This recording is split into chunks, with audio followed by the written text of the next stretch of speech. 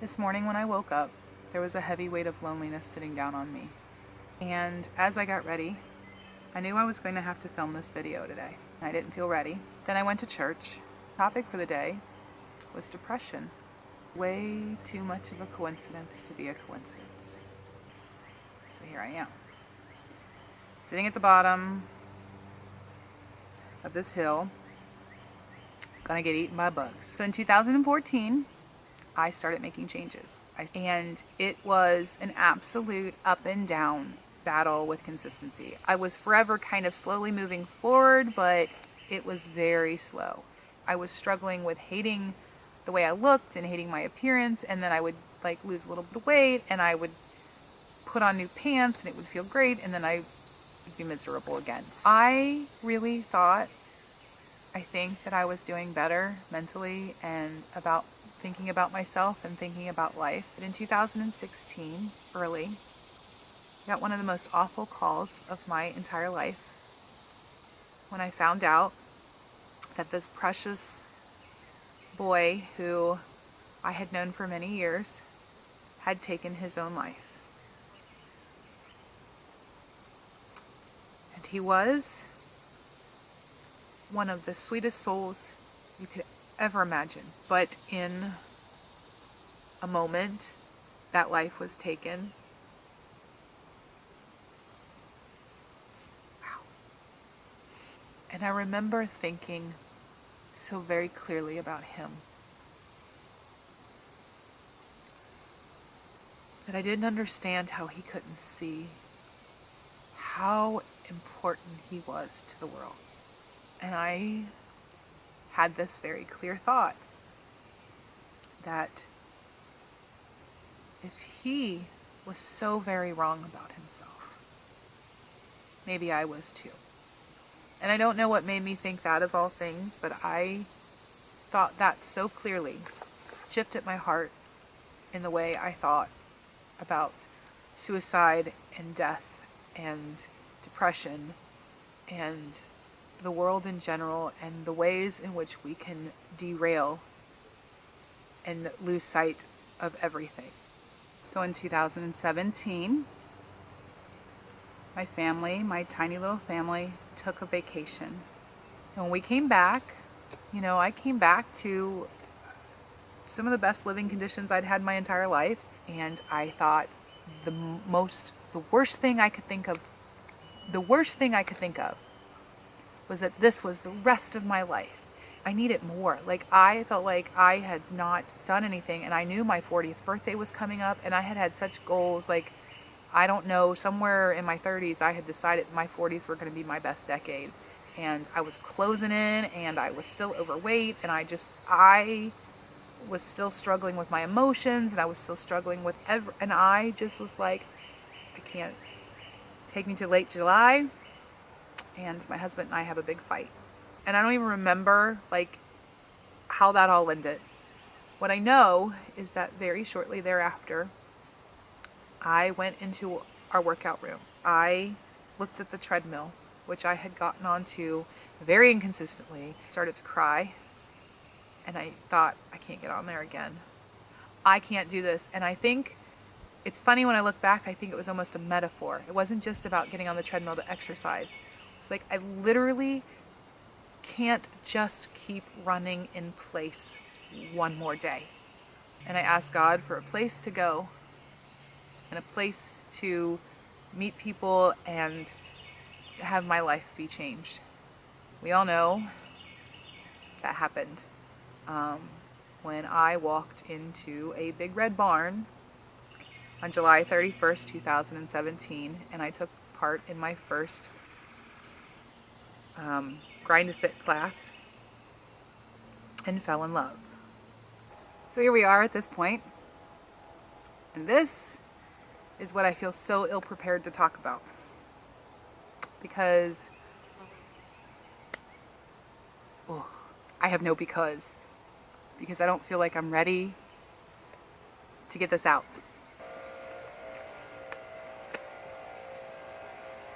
I guess it's time to cut down trees. Stories are meant to be told, right? Oh boy.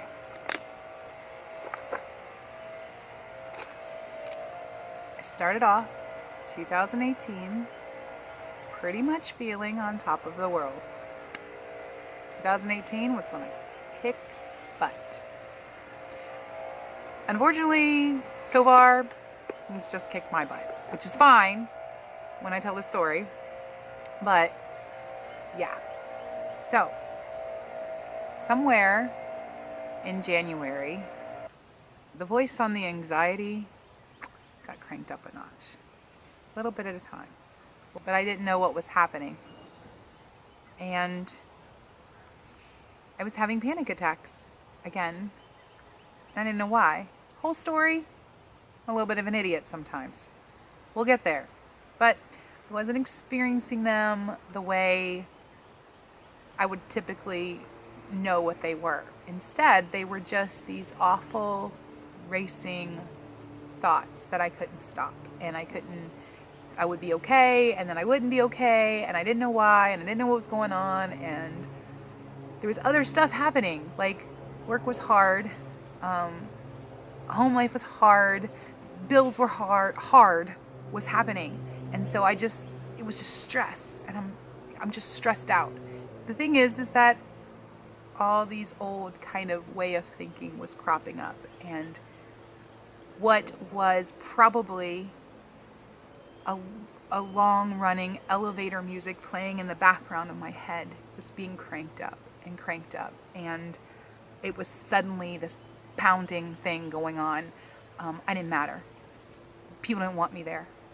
People don't want me anywhere. Why was I existing? Why? And it's one of those things that you go, in hindsight, like, really? Really?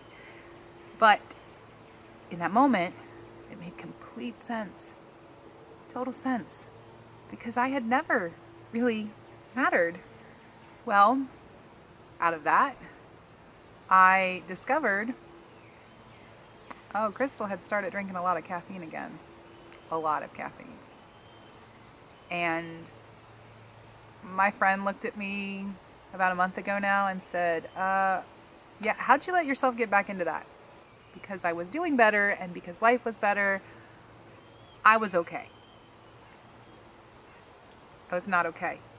During that time, there was this moment that came, and I don't want to share too many details about that moment, but I was by myself and praying, and I felt very, very alone.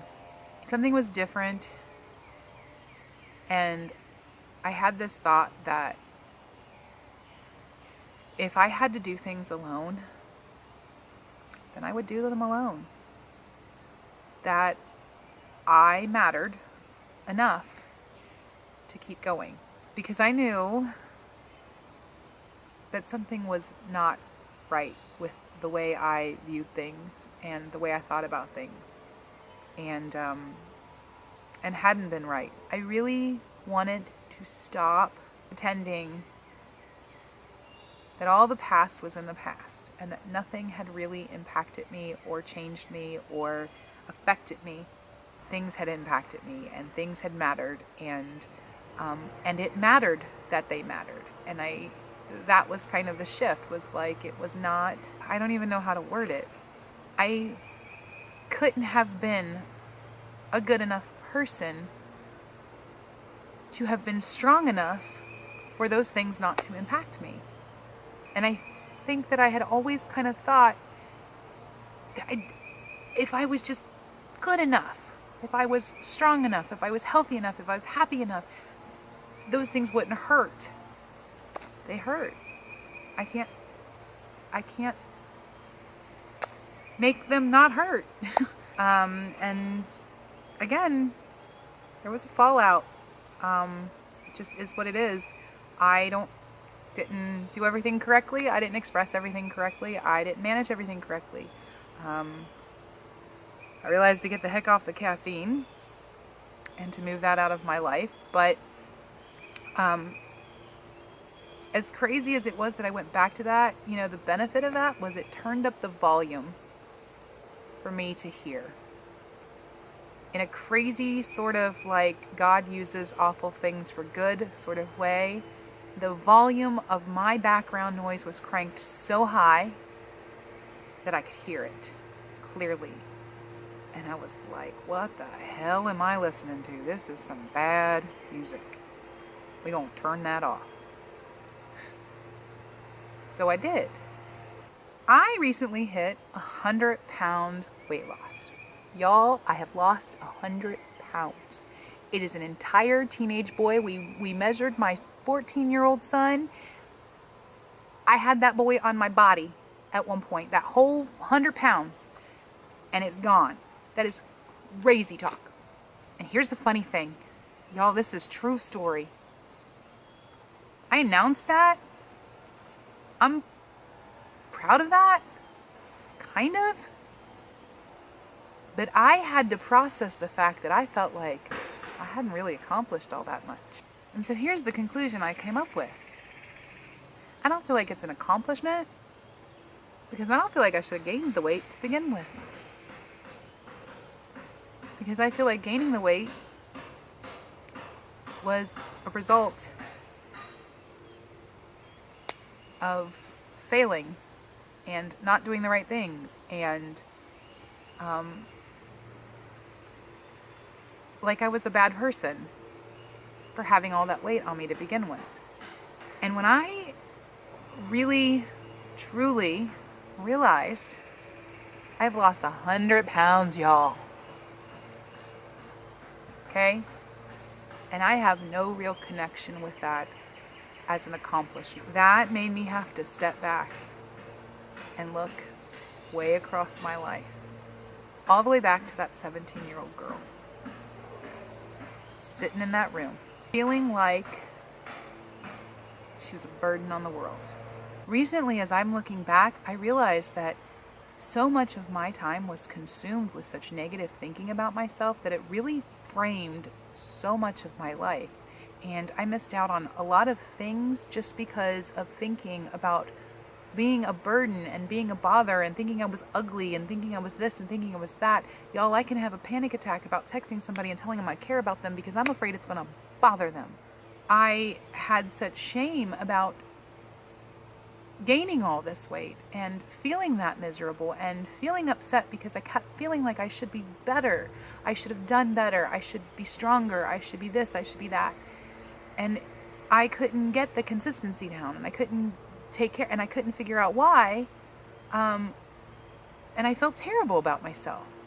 And really, it was in the time where I suddenly started to realize that I mattered and that I had a voice and that people really did care about that voice and saw me as valuable.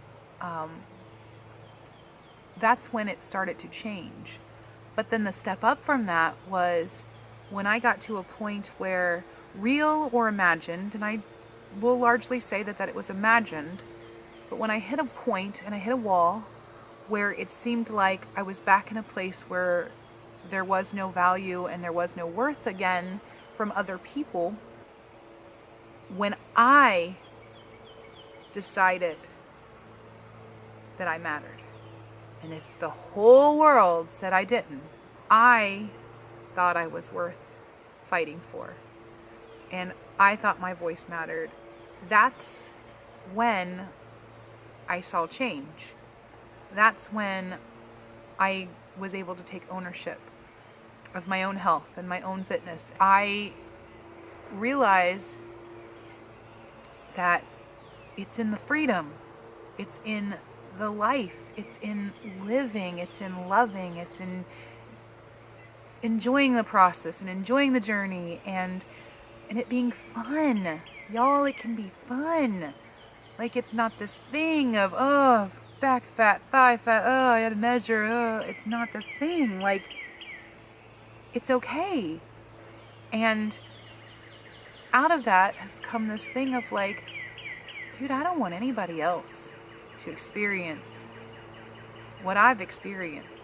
I realize people are going to, but if I could stop that cycle for anybody, one person, I would love to do that.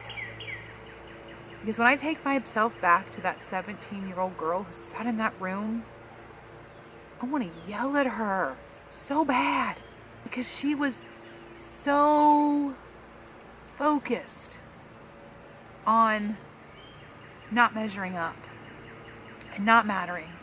And listen, she was a victim. Like, really, I'm not playing, you guys. There's ways in which that girl needed to be loved. I also think part of the process was getting to the point where I got tired of myself. And I got tired of letting that voice run my life, and letting that take over. I want so much for anybody watching this to experience freedom. And I want you to give yourself grace. This is a long process. It is a day in and day out, little by little, choice by choice process. And I have come a long way, okay? A long way. And it's not just been physical, it's been mental. It's been a journey like you wouldn't believe, okay? And I love my Advocare products, Rehydrate, by the way. Love it, but there's no magic pills or powder. You're not gonna take something and it's gonna be done. You have to start loving life and living life and enjoying life, and you have to believe that you're worth it. And I want nothing more than to stop people from I'm 40. I want nothing more than nobody to have to get to 40 before they realize this. I want you to get it at 20, at 25, at 17, get it at 2 years old. Like, get it. Because the only way this is going to work is if you think you're worth the fight and you think that you are worth overcoming it. And I want people to come around you and support you and love you and care about you. And I hope you get all those things, because I'm going to tell you right now, the people in my life that have done that have made all the difference. But ultimately, when push comes to shove and they all go away, it has to be you. You have to know that you matter. You have to make those differences. You have to make those choices. You have to turn around, face it head on, and decide you're going to do that. Let no voice be so powerful that it ruins this journey for you. Not yours, not anybody else's. This is my story. I've lost 100 pounds, and as I sit here today, it is a real struggle for me still to feel that I've accomplished anything. But if it helps you in any way, shape, or form, then it was worth every step of it. Make the journey, change your life. It is worth it, and so are you.